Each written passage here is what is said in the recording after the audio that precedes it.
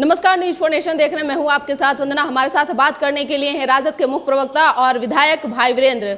लगातार जहरीली शराब से लोगों की मौत हो रही है और हालांकि पुष्टि इसकी नहीं हुई है। क्या लगता है कि छुपाने की भी कोशिश की जा रही है क्या? देखिए, सबसे बड़ी चीज़ है कि शराब से मरने वालों की संख्या पिछले बार भी सैकड़ों से ज़्यादा लोग जहरीले शराब से है और ये होली के अवसर पर भी जो लोग मरे हैं 31 से ज़्यादा लोगों की मौत हुई है, वो भी जहरीले शराब से ही मौत हुई है। कितने लोगों की आंख की रोशनी चली गई है और सरकार रोज़ कहती है कि हम शराब के खेप पर रोक लगा रहे हैं, लेकिन उनके बॉर्डर पर चाक चौबंद किए हुए हैं सरकार के। हम चाक चौबंद किए हुए हैं अपने बॉर्डर पर। आखिर ये शराब आ कहाँ से रहा है? कहीं न कहीं सरकार के मिली भगत की वजह से ये सब कांड हो रहे हैं और सरकारी जो लोग हैं, चाहे वो पदाधिकारी हों, एनडीए के लोग हैं, वो सबके मिली भगत से शराब का खेप पर खेप आ रहा है। इसलिए इस तरह की घटनाएं घट रही है और सरकार मूक दर्शक बनी है और सरकार के जो लोग हैं वो कहते हैं कि हार्ट अटैक करने से मर गया। तो इतना लोग को लगातार हार्ट अटैक करेगा, ये गलत बात है। और सरकार शराब पर लगाम नहीं लगा रही है और रोज केवल भाषण देती है, अपना पीठ अपने से थपथपाने का काम करती है। बिल्कुल, बिहार के जिले, विभिन्न जिलों जैसे बांका का ले लें, मधेपुरा हो गया, भागलपुर हो गया। भागलपुर मैंने कहा ना कि 31 से ज़्यादा लोगों की मौत हुई है जहरीले शराब से। दर्जनों लोगों की आंख की रोशनी चली गई है।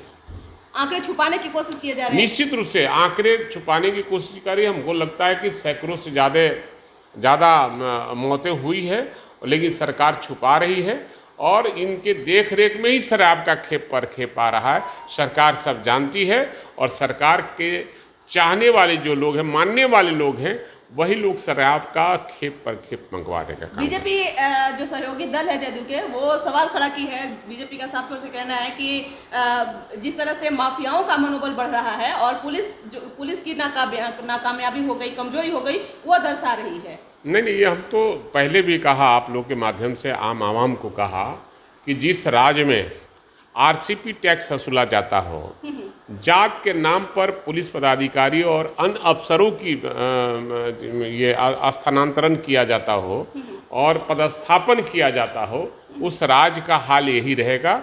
इनके राज्य में एक जाति विशेष के लोगों का पूरे बिहार में दबदबा है और वही लोग इस तरह का काम कर रहे हैं। उनको आम आवाम जनता से कोई लेना देना नहीं है। वो एक जाति विशेष के लिए काम कर रहे हैं और मुख्यमंत्री उसके संरक्षक हैं।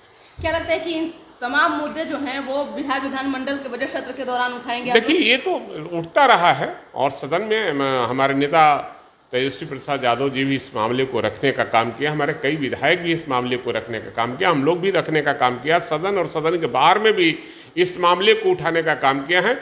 ये मामले आए हैं, सदन 23 तारीख से खुलेगा, फिर सदन में इस मामले को उठाया जाएगा। मुख्यमंत्री ने भी चेताया था प्रशासन को कि अगर मुख्यमंत्री कागज लगाम पदाधिकारियों पर हो जाए तो ये सब काम नहीं होगा।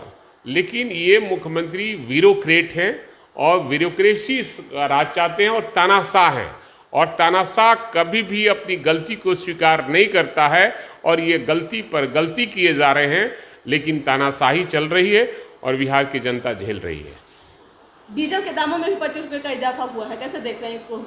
इस पर देखेंगे क्या है। डीजल का दाम तो हमको लगता था, उसी समय मैंने कहा था कि यूपी के चुनाव के बाद महंगाई इतनी ऊंचाई पर जाएगी कि लोग तबाह हो जाएंगे। न पक्ष वाले न विपक्ष वाले, सब तबाह हो जाएंगे। तब पता चलेगा कि ये आरएसएस के चाहने वाले लोग और बीजेपी के लोग क्या चाहते हैं देश में। बिल्कुल। तो आप सुन रहे थे कि क्या कुछ कह रहे थे राजद के मुख्य प्रवक्ता भाई वीरेंद्र। इन्होंने साफ तौर से कह दिए हैं कि जिस तरह से सरकार के जो प्रशासन है, जो आंकड़े दिखा रहे हैं, ये सरासर झूठ है और जो 30 लोगों की मौत हुई है वो जहरीली शराब से हुई है। इस बात को जो है हम लोग सदन के अंदर भी उठाएंगे और सदन के बाहर भी उठाएंगे, यानी कि हम सरकार को घेरने का काम करेंगे। सरकार बार बार छुपाने की कोशिश कर रही है। हमने पहले भी कह दिया है, बिहार में शराबबंदी है ही नहीं। सरकार सिर्फ अपने लिपापोती करने में लगी हुई अधिकारियों का। इसका बस इतना ही। बने रहिए न्यूज 4 नेशन के साथ। धन्यवाद।